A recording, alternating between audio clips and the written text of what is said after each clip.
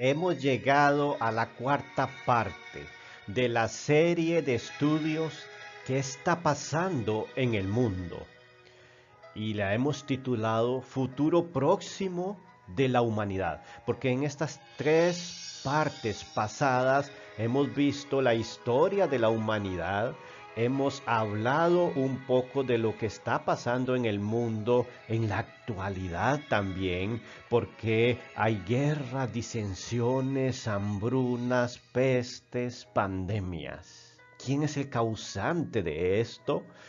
Y lo hemos analizado pausadamente para que todos podamos entenderlo de una vez por todas. Pero ahora nos vamos a enfrentar al futuro próximo. Aquel futuro que tiene que ver con el hoy en adelante.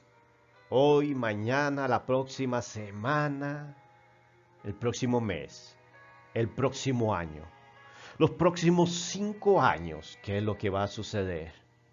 Y hasta los próximos 10 años, quizás, a un corto y mediano plazo, que es lo que vamos a enfrentar. Si usted se queda con nosotros, al final se va a enterar de las cosas que nos esperan. El futuro próximo no es muy beneficioso. El futuro próximo se agrava. No son buenas noticias lo que tenemos para hoy.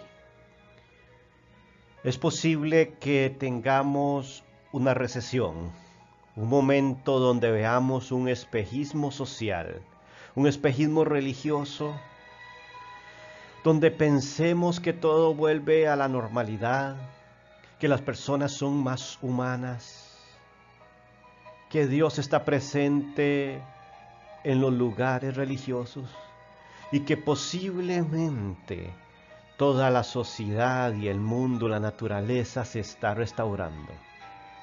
Pero como dije, será un espejismo, porque la palabra de Dios nos dice lo contrario. En 2 Timoteo 3, 1 al 4 nos habla de la siguiente forma. Aquí está hablando el apóstol Pablo a Timoteo y le dice de una forma muy sincera: pero debes saber esto, que en los últimos días vendrán tiempos difíciles. Está hablando Pablo que en los últimos días, y estamos viviendo en esos últimos días, últimos momentos de la humanidad. Dice que los tiempos serán muy difíciles. Ahora nos preguntamos, ¿por qué son difíciles los tiempos? ¿Porque Dios así lo quiere? No, aquí viene la respuesta en el verso 2. Y pongamos mucha atención en este verso. Dice el verso 2. Porque, está la razón, porque los hombres serán amadores de sí mismos, ávaros, jactanciosos, soberbios, blasfemos, desobedientes a los padres, ingratos, irreverentes. Dejémoslo ahí, porque es una lista larga. Dice que en los últimos tiempos, los seres humanos, y esa es la causa de la caída de todo el sistema social, religioso, económico y ambiental. Dice que los hombres, es decir, la humanidad, será amadores de sí mismos. Esto quiere decir que serán egoístas, antropocéntricos, humanistas. Es decir, sacan a Dios de la ecuación. De alguna forma creemos que Dios es el centro de todos nosotros, es el centro del ser humano mismo, de toda la creación, de todo lo que hay. Sin embargo, el humanismo realza el antropocentrismo, y esto es que el ser humano se ubica en el centro de todo. Él es el importante. Nos están hablando estas teorías por la televisión. En las mismas universidades tienes que llevar materias como el humanismo. En la misma teología hoy se habla o mal llamada ya teología, porque lo que se estudia en muchas de las universidades ya no es la teología donde Dios era el centro, sino el humanismo, donde el ser humano tiene derecho a todo, sin importar lo que cueste o sin importar lo que quede como residuo de eso, los efectos de esto. El ser humano va a ser el centro y debe respetarse y debe de darse todos sus deleites. Sin embargo, nos viene hablando de que el hombre, dice Pablo, será amador de sí mismo. Ya lo estamos viendo. Pero también nos está hablando de que serán ávaros. La avaricia va a estar con ellos. En otras palabras, querer amontonar y amontonar solamente por el placer de tener. Atesorar sin compartir. Hoy no tenemos que ir muy largo. Las personas se han vuelto ávaras. Jactancioso nos está hablando también. Es decir, aquellas personas que quieren alabanza propia, que necesitan ser presuntuosas, desordenadas en cuanto a un deseo irresistible de alabanza.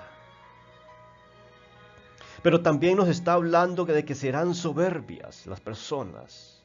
Esto está hablando de un envanecimiento. Es la necesidad que siente el ser humano de ser preferidos, de ser el centro, de que todo el mundo lo admire. Y las redes sociales hoy es el medio de comunicación más eficiente para promover estos deseos. Es aquella persona que necesita eso.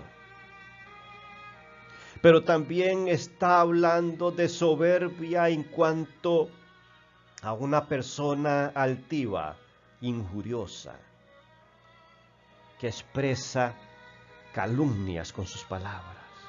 Dice que en los últimos tiempos habrán blasfemos. Esta palabra blasfema quiere decir una expresión injuriosa, una expresión que hace daño a otros, no importando los demás. Desobedientes a los padres, dice. Esto es que no guardan el consejo de aquellos abuelos, aquella tradición, aquellos padres, aquellos consejos humanos realmente. Ya no se conoce sobre la honradez, ya no se conoce sobre la responsabilidad de aquellos abuelos cuando decía que llegaban a un lugar, llegaban y llegaban temprano. Ya no se conoce el consejo de un buen trato. Cuando se daba una palabra de que yo se lo compro y yo se lo compro por ese precio y no había cambio de precio. Ya la palabra del ser humano no vale. Tienen que haber firmas. Incluso las firmas son erradicadas legalmente para traicionar a otras personas. Está hablando entonces aquí el apóstol de que serán ingratos también. Esto nos está diciendo que en algún momento el ser humano es desagradecido con Dios y con los demás. Hoy las personas piensan que se merecen lo que han recibido y no agradecen. Y no agradecen lo que tienen. Pero también está hablando de irreverentes. Es decir, que no tienen respeto con nadie. Los hijos no respetan a sus mayores, a sus padres, a sus abuelos. Ni siquiera los empleados hoy respetan a sus jefes. y ahora el respeto no vale dentro de la sociedad.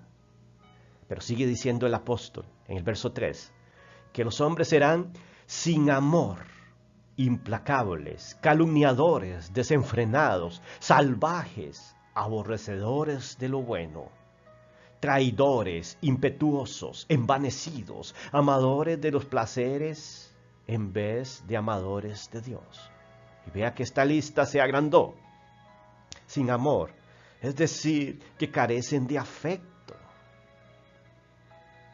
Y lo vemos en aquellas personas, sí, en los asesinos en serie, pero lo vemos también en aquellas familias que se desintegran, en las madres que abandonan a sus hijos, en los padres que abandonan a sus familias.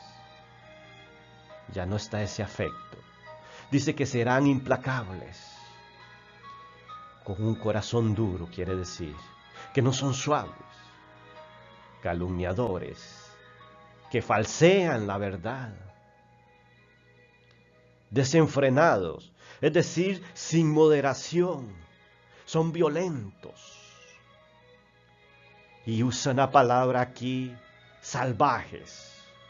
Esto quiere decir que habrán personas crueles, inhumanas, sin normas sociales, se brincan todo respeto, toda norma, todo sentido común.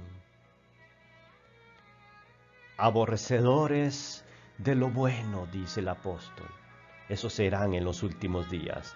Aborrecedores de lo que es bueno, es decir, aquellas personas que rechazan, que tienen repugnancia, que tienen aberración por las cosas adecuadas, las cosas que se hizo por naturaleza, las que Dios las creó, las que siempre han estado, las que son buenas, aquellos principios morales y espirituales que son perpetuos.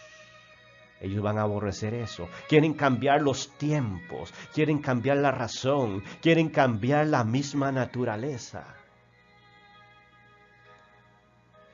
Dice que habrán personas impetuosas, es decir, de un modo violento, que actúan de una forma sin pensar, sin sabiduría, por impulso. Y también envanecidos, es decir, que buscan todo lo que es vanidad, soberbia, todo lo que es contrario a Dios y al prójimo. Por eso los tiempos son malos. Vendrán tiempos difíciles en estos últimos días. Y estas personas están dentro de los propios trabajos, en los estudios, en los gobiernos, dentro de las mismas iglesias. ¿Sabía usted, estimable oyente, que la creación sufre por el daño del ser humano? Sí, estamos hablando del planeta, los animales, las plantas y toda aquella cadena alimenticia que existe dentro de la creación está sufriendo. La extinción de animales y plantas en nuestro medio es una realidad. Hoy tenemos muchísimo menos animales que antes. Muchísimas menos especies de plantas. Pero vamos a Romanos capítulo 8, 22, a ver qué nos habla. Sabemos que hasta ahora la creación entera se queja y sufre como una mujer con dolores de parto. Está hablando de que la creación sufre como cuando una mujer va a dar a luz. Son dolores, contracciones. ¿Y por qué sufre? Y dice el verso 23, y no solo ella sufre, sino también nosotros, que ya tenemos el Espíritu como anticipo de lo que vamos a recibir. Aquellas personas que están esperando el regreso del Señor también están sufriendo en un ambiente hostil, porque el Espíritu les dice que este no es el ambiente adecuado y que ya el Señor se aproxima. Anhelan estar con el Señor. Dice que los que tenemos el Espíritu, sufrimos también con la creación. Sufrimos profundamente esperando el momento de ser adoptados como hijos de Dios, con lo cual serán librados nuestros cuerpos, dice Romanos. Estamos esperando la redención. Sabemos que hemos sido salvos, pero el momento de la redención aún no ha llegado. Y eso es lo que estamos esperando, así como la creación se queja y sufre, también nosotros los que esperamos la venida del Señor, porque el ambiente no es adecuado para nosotros. Pero vayamos un poco más atrás y veamos lo que dice el profeta Jeremías en el capítulo 12, verso 4. Jeremías hace la pregunta: ¿hasta cuándo estará de luto la tierra y marchita la vegetación de todo el campo? Por la maldad de los que moran en ella ha sido destruido los animales y las aves, porque han dicho: Dios no verá nuestro fin. Está hablando el profeta Jeremías y está mencionando lo que está pasando hoy, lo que va a pasar, lo que va a suceder en un futuro. Dice que hasta cuándo estará de luto la tierra. La tierra hoy está de luto, está marchita la vegetación. Y es que podemos verlo. Según reportes de National Geographic, por la deforestación, por la caza ilegal, por el tráfico de especies, por el cambio climático, ya están muriendo los animales. Y para el 2021 los animales que están en peligro de extinción, y cuando hablamos de peligro es que ya están casi extintos, ya no hay casi de estos animales sobre la tierra, y en un corto lapso ya no habrán más. Y hace una lista generosa, grande de animales, y aquí pongo algunos ejemplos según el reportaje National Geographic. La gorila de montaña está desapareciendo, el oso polar, el lince ibérico, el tigre de Sumatra, el rinoceronte blanco, el leopardo de las nieves, ya se está extinguiendo, el oso panda, el chimpancé común, el pangolín, el orangután de Borneo, el ajolote, el atún rojo, el lobo mexicano, el oso negro, el tapir. Esto es solamente un extracto de las especies de animales que ya hoy no soportan las inclemencias del tiempo, la caza ilegal, la deforestación, el tráfico de especies. Ya no lo soportan más. La tierra está gimiendo. Y si quiere ver una lista completa, te voy a dejar el enlace al final en la descripción para que pueda consultar el documento que los científicos han firmado. Pero también hay una gran cantidad de árboles y plantas que ya no se conocen y que están a punto de desaparecer. Plantas hermosas, bellas, que dan sombra, que dan alimento. Que dan alimento para las aves, para los animales y para el ser humano. Están a punto de desaparecer. Aquellas plantas que Dios dijo: toda semilla te daré para tu alimento, toda la que está sobre la tierra. Pero hoy, según una lista también de los mismos científicos, están por desaparecer. La tierra está gimiendo, las aguas están contaminadas. Y hoy la tierra, la creación, está sufriendo como una mujer con dolores de parto. La pregunta que muchos se hacen es ¿por qué Dios no detiene la destrucción? ¿Por qué no cambia los gobiernos, el corazón del ser humano? ¿Por qué no detiene el calentamiento global? Pues la respuesta es simple. Dios le entregó, como lo vimos anteriormente, le entregó el poder, la administración, sojuzgar la tierra. Le dijo al ser humano, administrela. Pero Él va a pedir cuentas en algún momento que hicimos con este planeta, con la tierra, con nuestras vidas. ¿Qué hicimos con los recursos, como el agua, la minería? ¿Cómo los aprovechamos? Pero vendrá en un futuro cercano el juicio de Dios sobre la humanidad.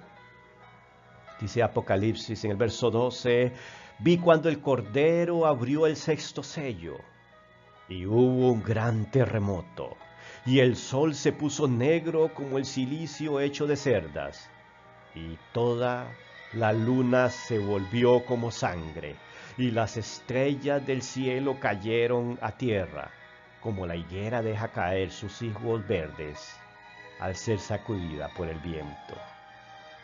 Y el cielo desapareció como un pergamino que se enrolla, y todo monte e isla fueron removidos de su lugar.